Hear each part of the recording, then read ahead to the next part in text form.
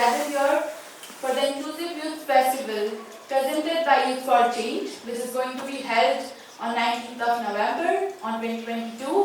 So today we are going to talk about importance of inclusion and diversity for the youth, the mental health status of today's youth, changes in youth before COVID and after COVID-19, and I have my friends helping us and guiding us all through, telling us about their experiences of what they have been through before COVID-19 and after COVID-19.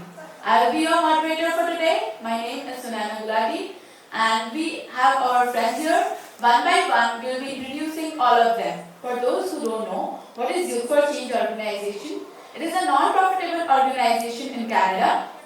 The vision for the Youth for Change is to provide marginalized youth with the opportunity to live wholesome, successful and enriching lives through engaging and dynamic programs while stimulating positive social change.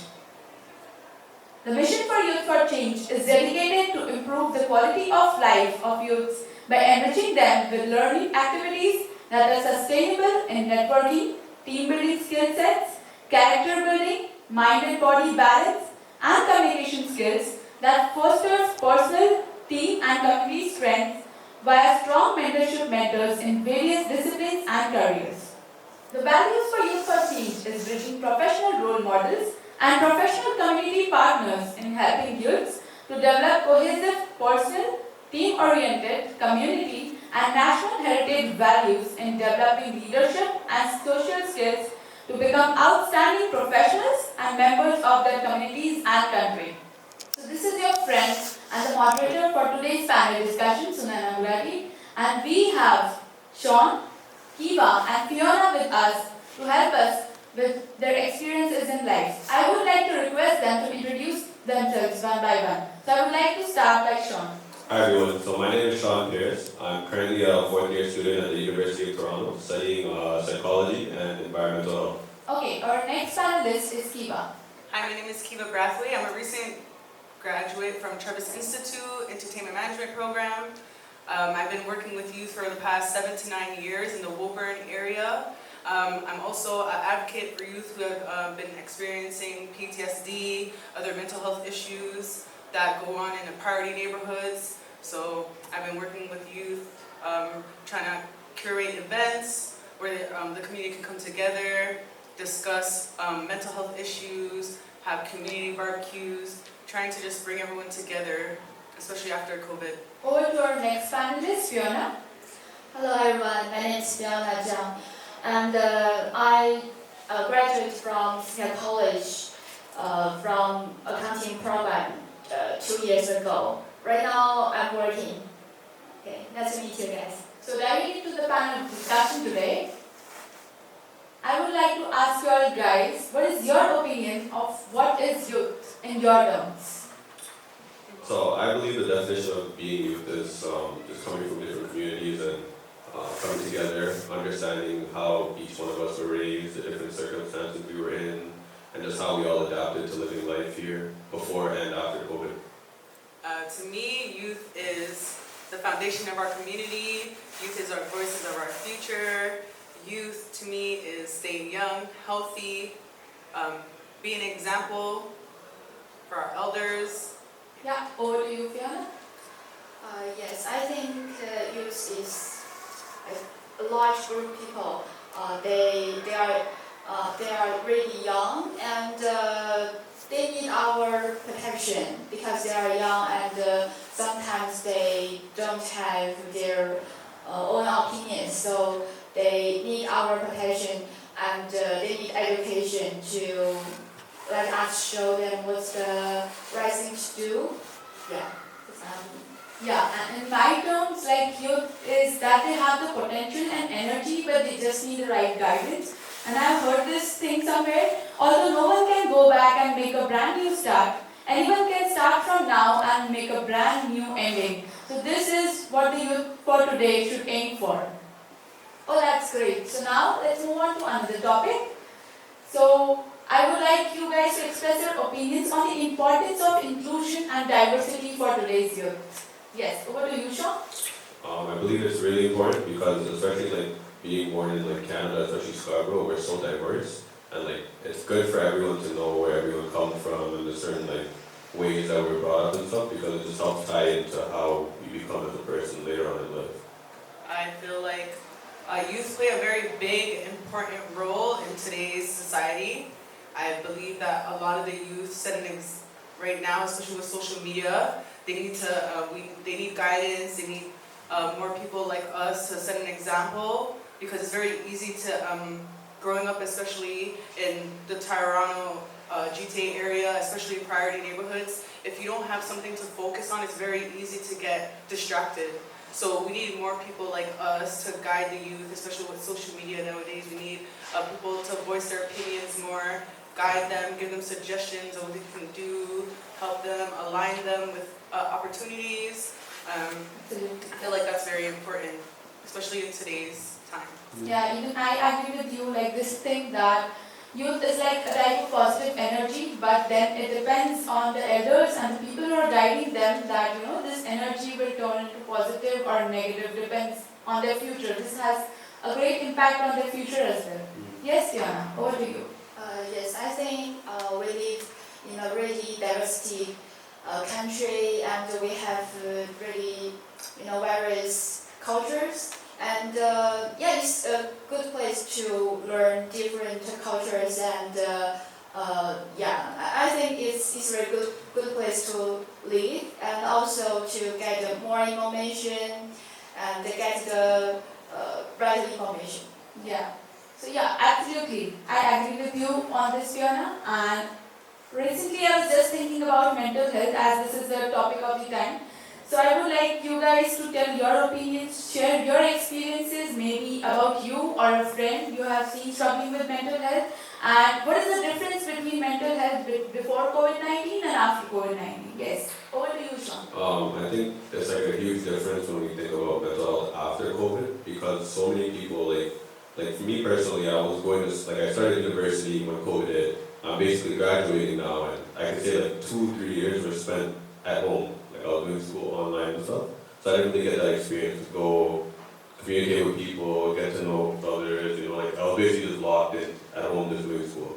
So I feel like that definitely has a mental toll on a lot of people, because you're losing your social life, and that's pretty big, especially being a youth. That's how you create connections. That's how you make friendships. So, yeah.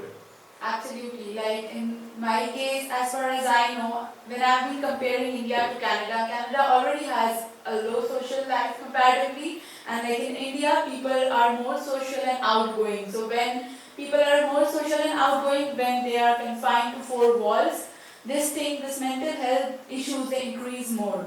Yes, over to you, Kiba. I feel like mental health is a very important topic that gets overlooked a lot, and I feel it's like mental health is underestimated by others. I feel like it's not as important or spoke about as much as it should be. I feel like it's the foundation of everything you do, especially in Toronto, growing up in different priority neighborhoods. It's kind of like we're more prideful than anything else, and we kind of we grew up, especially in our neighborhoods, having to kind of walk with a mask on and with pride and acting like everything is okay with us. We see things today and gotta go to school tomorrow, like everything's fine. And especially with social media coming in the picture, I feel like nowadays everybody's so hard on each other, so it's like people that do want help, they're afraid to open up to others because they come up as being weak or weak-minded, or it's embarrassing to them to share to other people, like, hey, I need help, I'm going through this, you kind of just have to walk with your head up, act like everything is fine. But I do feel like, especially after COVID, it's taking a big toll on everybody, especially with everyone being at home, kids not getting to go to school and meet others. They feel like they're by themselves, on their own, because they don't really have anyone to connect with on a regular basis, to check in with anyone. So I feel like COVID really did take a big toll on us.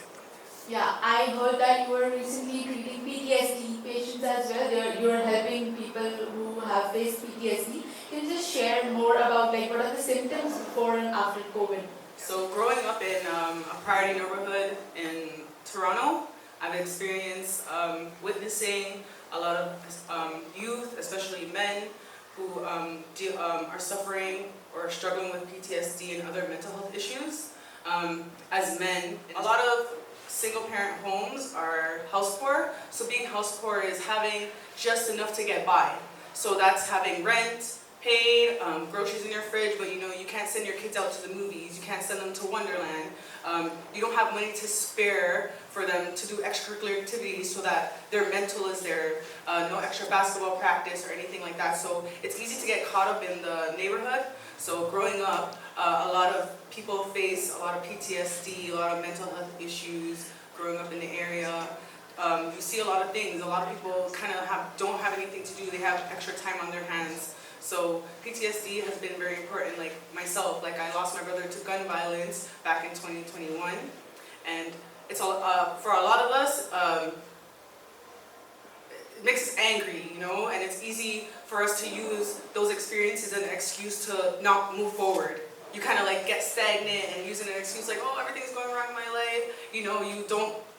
It's hard to take that extra step, And a lot of people are ashamed to admit it, like, I'm going through some stuff, I need help, it's like, we gotta just get up the next day and kind of act like it never happened, So,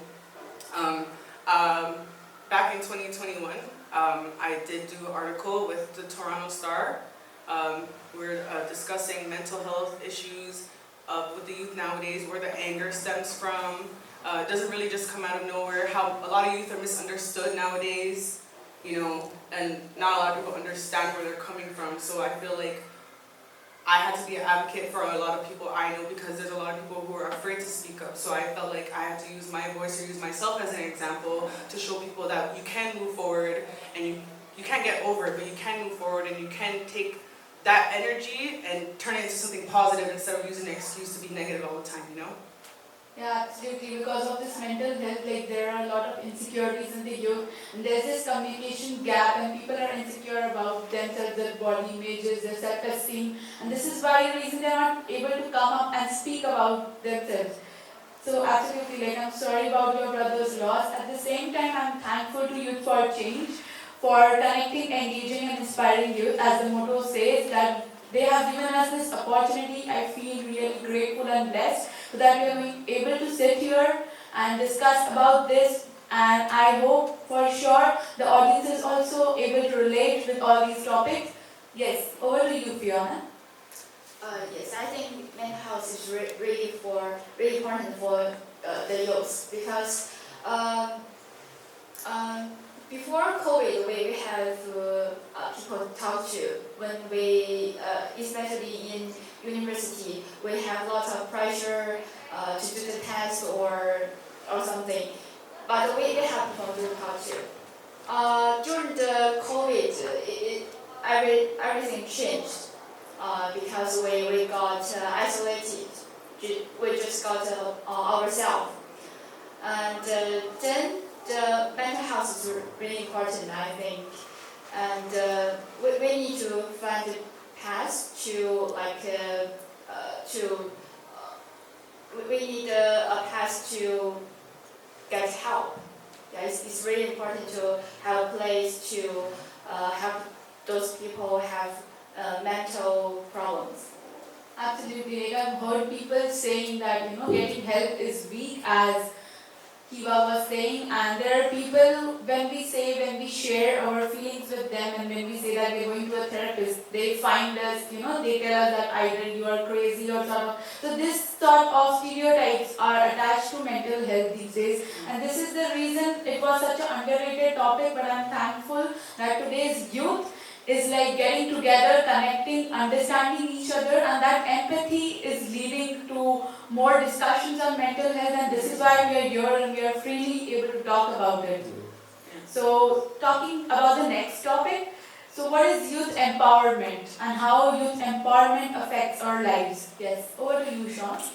Youth empowerment, I think, is pretty important, especially in our society now, because if the youth are able to show that they're able to stand and show power, that they're able to lead things or stand up for something or speak about their mental health even, that's a pretty big step, especially because like you said, with the males, I feel like they're really closed because they have that shell on, they have to show everyone yeah, I'm the man, I have to be sure like no one thinks like, you know, I'm scared, this, whatever's going on. So like I think like a big step alone is just talking about your feelings or just getting the help that you need. That's youth empowerment right there.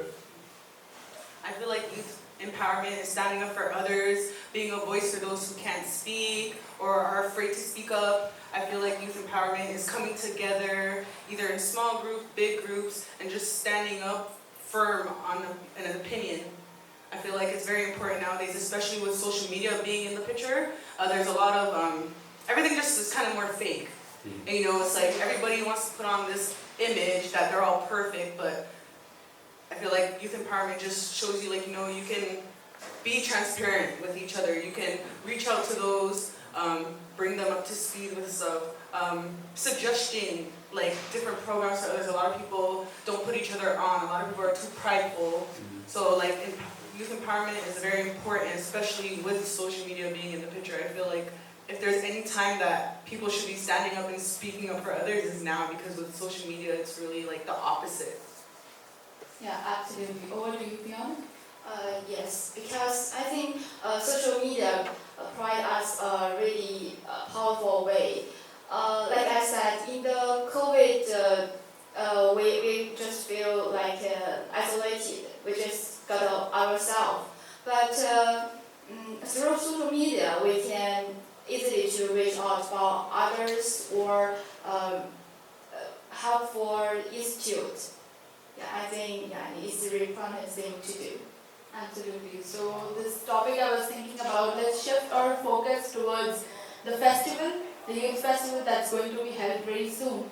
So I was just thinking about this, that what are your views on this, that which is the topic according to all of you which attracts the youth the most today? Like what is the generalized youth? Either you can talk about any generalized topic or you can talk about a particular thing that impacts you as a youth and that will attract you if you were to attend a youth festival. Yes?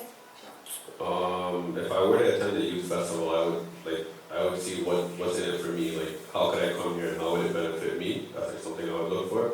And like with Youth for Change, I feel like it's a good outlet to come since you're a youth. You're coming, you're seeking help. You're gonna connect with other people that are youth. So I feel like that's a really good reason to come if it's gonna benefit me in a good way. Yes, over to you. So for over the past 2 to 3 years, especially during COVID, a lot of people have been at home.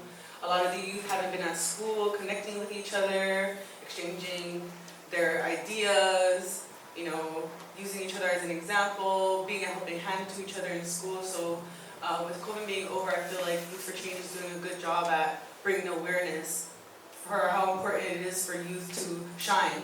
And you know, a lot of our elders, I feel nowadays, they're not giving the youth space to express themselves. A lot of people are holding on to youth themselves, and you know, their era is kind of over, and it's okay to give the new youth an option to, you know, speak up, and Youth for Change does that.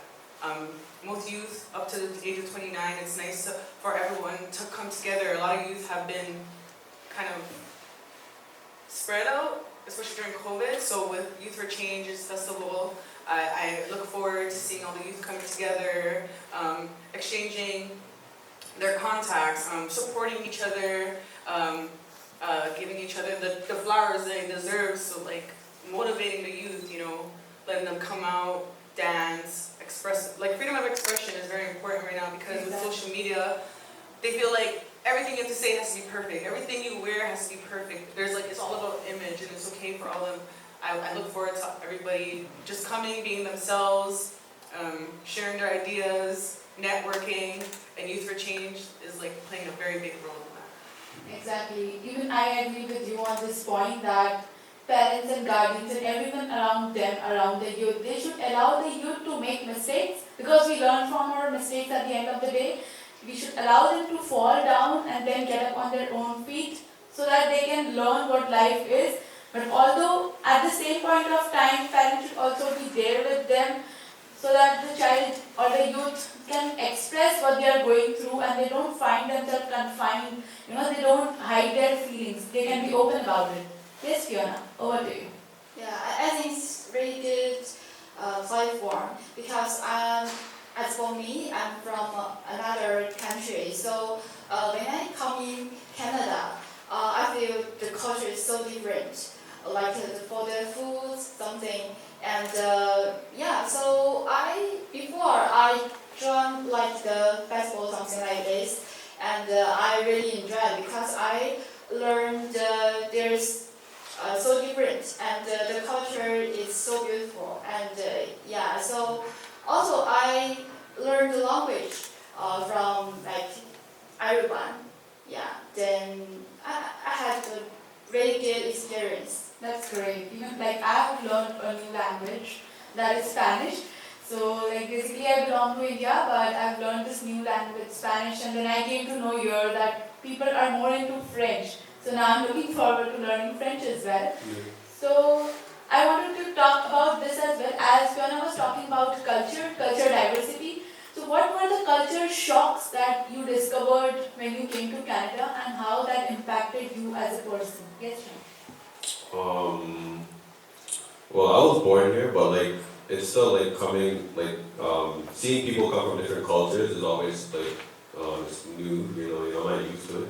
Like growing up, especially us, like people from like different countries come to school and stuff, they have a whole different type of culture, and it's just something that I just have to adjust to. Like if they're wearing a certain type of clothing or this, it's them expressing their culture, and as you grow older, you just learn to accept that and just embrace it. So, Yes, over to you, Kina. I was actually born and raised in Canada, but I could say I did. You do have a culture shock. For example, if you grew up in Scarborough and you go to the outskirts of Markham and Richmond, so there is a culture shock because you're so used to the priority neighborhood people's mind states. Like most of them just grew up there and that's all they know. So when you step out to different areas of the GTA, that also to me is a culture shock. But what I do love about Toronto is how diverse it is, that you can walk to a Jamaican patty shop and there's a Chinese person getting a patty, or you go in the bubble tea shop and everyone's getting bubble tea, So I do love that. But going to different parts of the GTA also is a culture shock. But it makes others feel comfortable also with it. Like you don't feel like you're by yourself. There's everyone going through it. Even at this table, everyone's going through the same thing, just trying to maneuver through Yes. the basics, really. Yeah. Absolutely, like I can completely relate to that because I've been coming from a completely different country. It's a basic example of how different things are at different places. So yes, Fiona, over to you about this. Yes, that's remember me the first time I came in Canada. So the difference is about the bus, because in my country we don't need to pull the button. So I really stop. It got stop. But when I come in Canada, I feel like I really want to pull the button, but I don't know. So it's really embarrassed. I miss the stop, and then other people pull the button, and I follow them.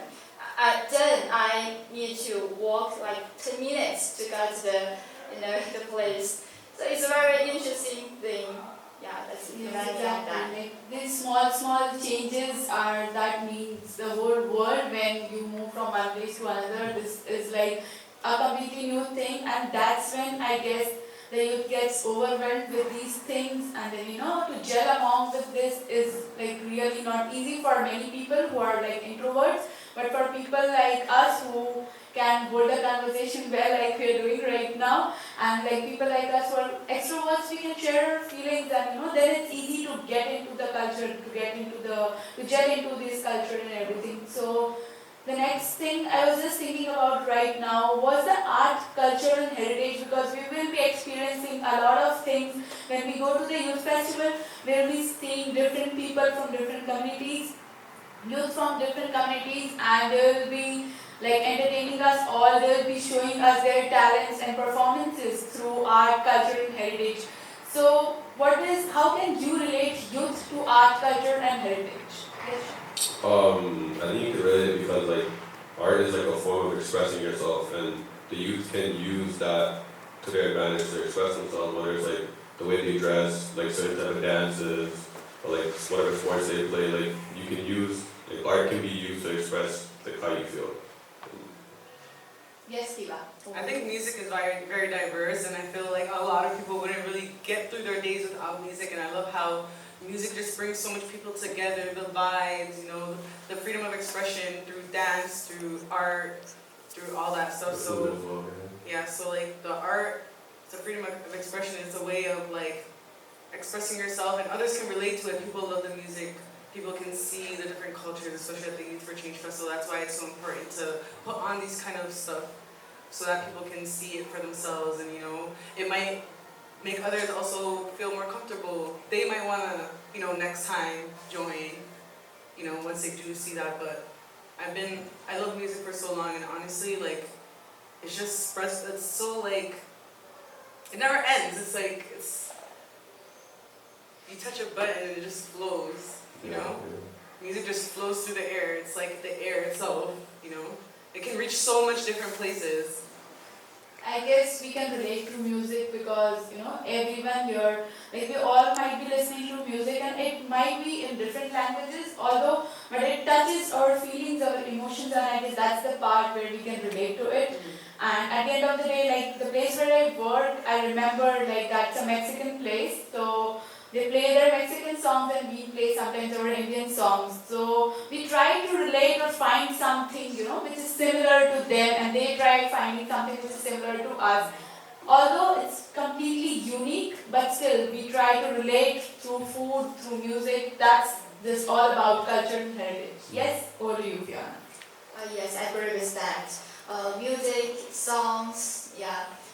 Even though the language may different, but the feeling we can understand. Some songs are happy and some songs sad. Yeah, we can feel from that. Yeah, exactly. So it depends on the notes and sounds of the song as well. And this is same about like dance. Dance is also a form of expression, of expressing yourself, as Sean said that, you know, the youth can express themselves through that. So there are many people who cannot express themselves through word, but they express themselves through their talents and whatever they have been learning through their childhood. So now talking about like what is the thing according to you that engages youth the most, that can attract youth the most? Well, for me, I would probably say sports, just because I play basketball and volleyball, and like just seeing how like people from different cultures just all engage and like they're enjoying the same thing, and it builds teamwork. Like, you know, you're working with one another. You're not really like looking at someone different because they're from a different culture. You're more so looking at them like a teammate. Yeah. So like just playing sports, I think, is like one of the key factors in my opinion. Yeah, absolutely, because like sports is all about teamwork Exactly. and companionship, and then that's where we can relate to our Inclusive Youth Festival. The word inclusive, as it means, that companionship and coming together, forgetting all our differences and then fighting as a team together for the betterment of the team, for winning, for success. That's when we can relate this, that if we as youth, we come together and forget all our differences and we don't like see someone else as different, and then we can come together to make something really beautiful, and you know, then the results would be like really surprising. Yes, over to you, Keema. For me in general, I feel like extracurricular activities are very important. Finding your own hobby and going out there and finding other youth who can relate, like going to basketball practice, you meet new people, you guys build as a team because you guys are both going through the struggles. So the more you go through with someone, is the more you kind of build with that person or get to know that person from a different perspective. Depending on the situation, you kind of get to learn each other. So I feel like extracurricular activities, especially because the youth have been inside for so long during COVID, I felt really bad for them because they never got to go out there and express themselves and get to know other kids and do extracurricular sports and stuff that will keep them occupied. And it's also good for your mental health, playing sports, having that chess night on a Tuesday, you know, those things are very important, especially nowadays. Yeah, absolutely. Like as you have been saying, you are a mother as well.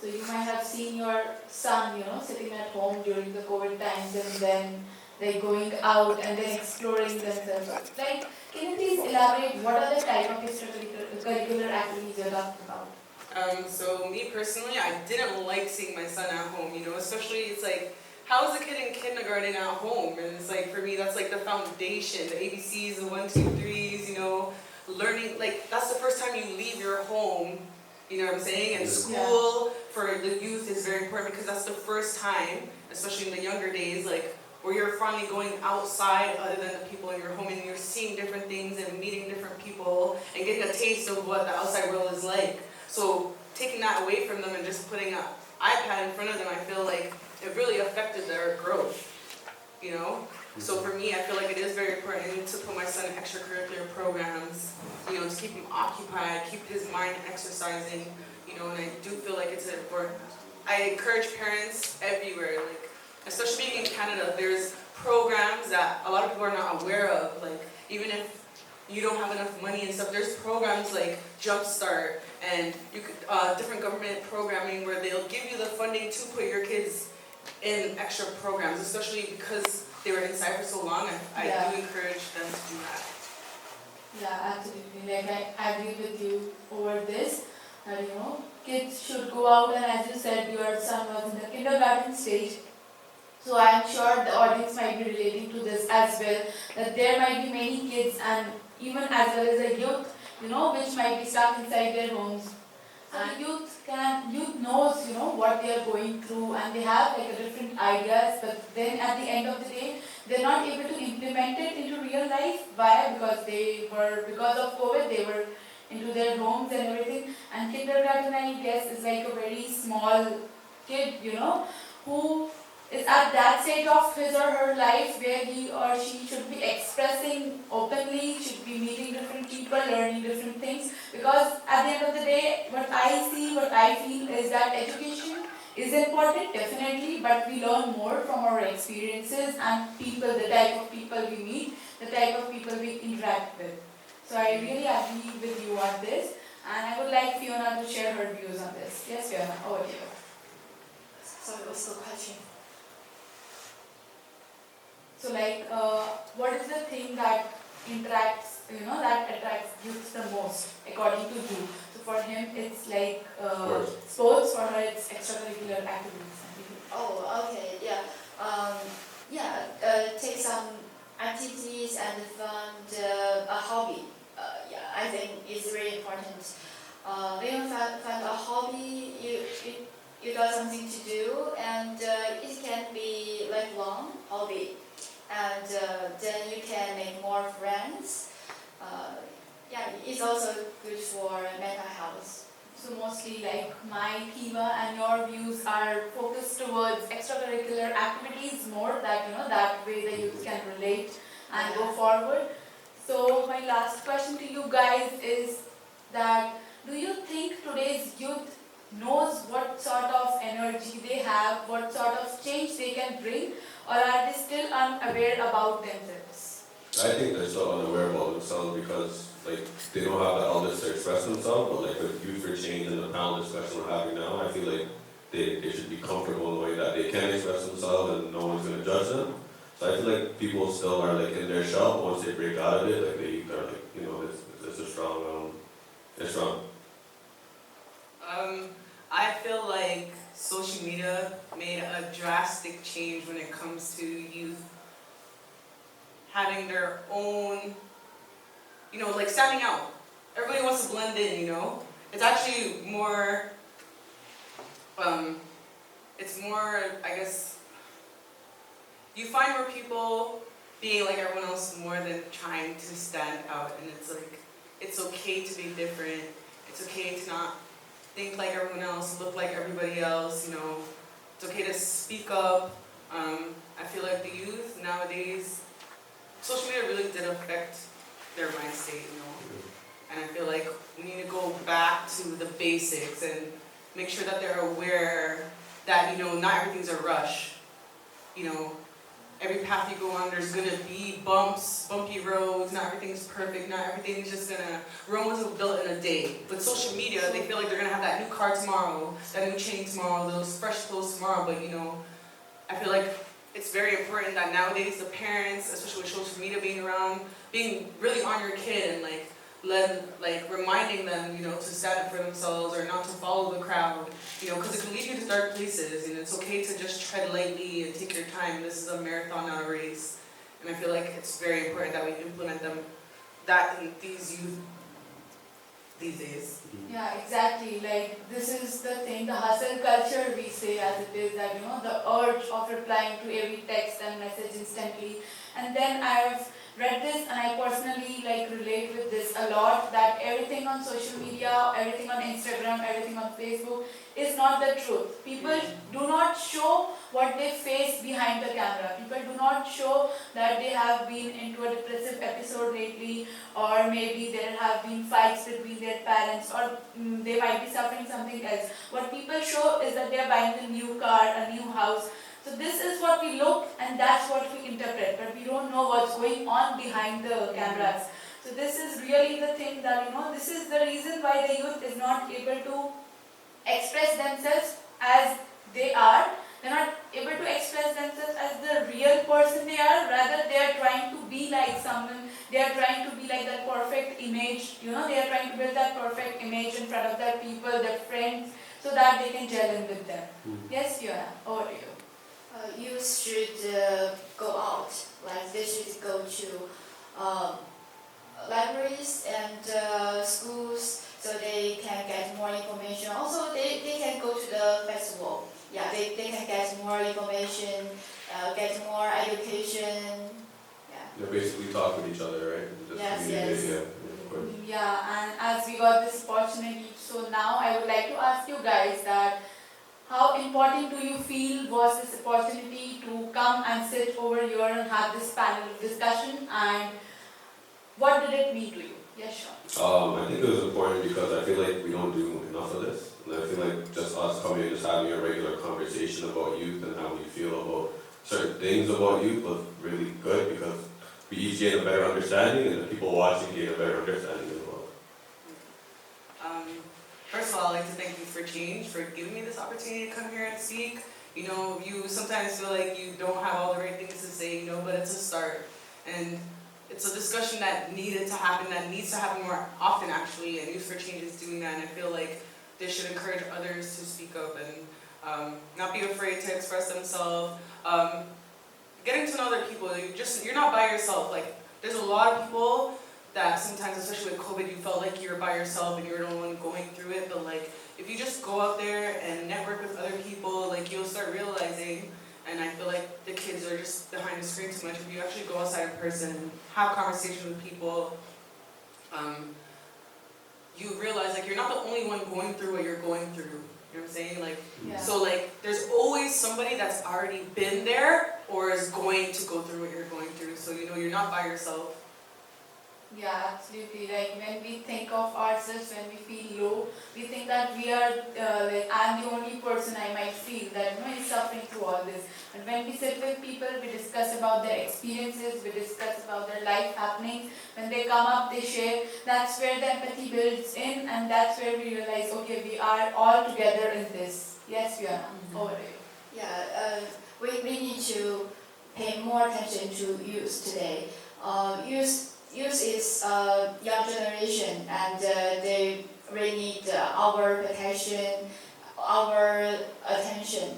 And youth can they can take more chance to take part in more activities.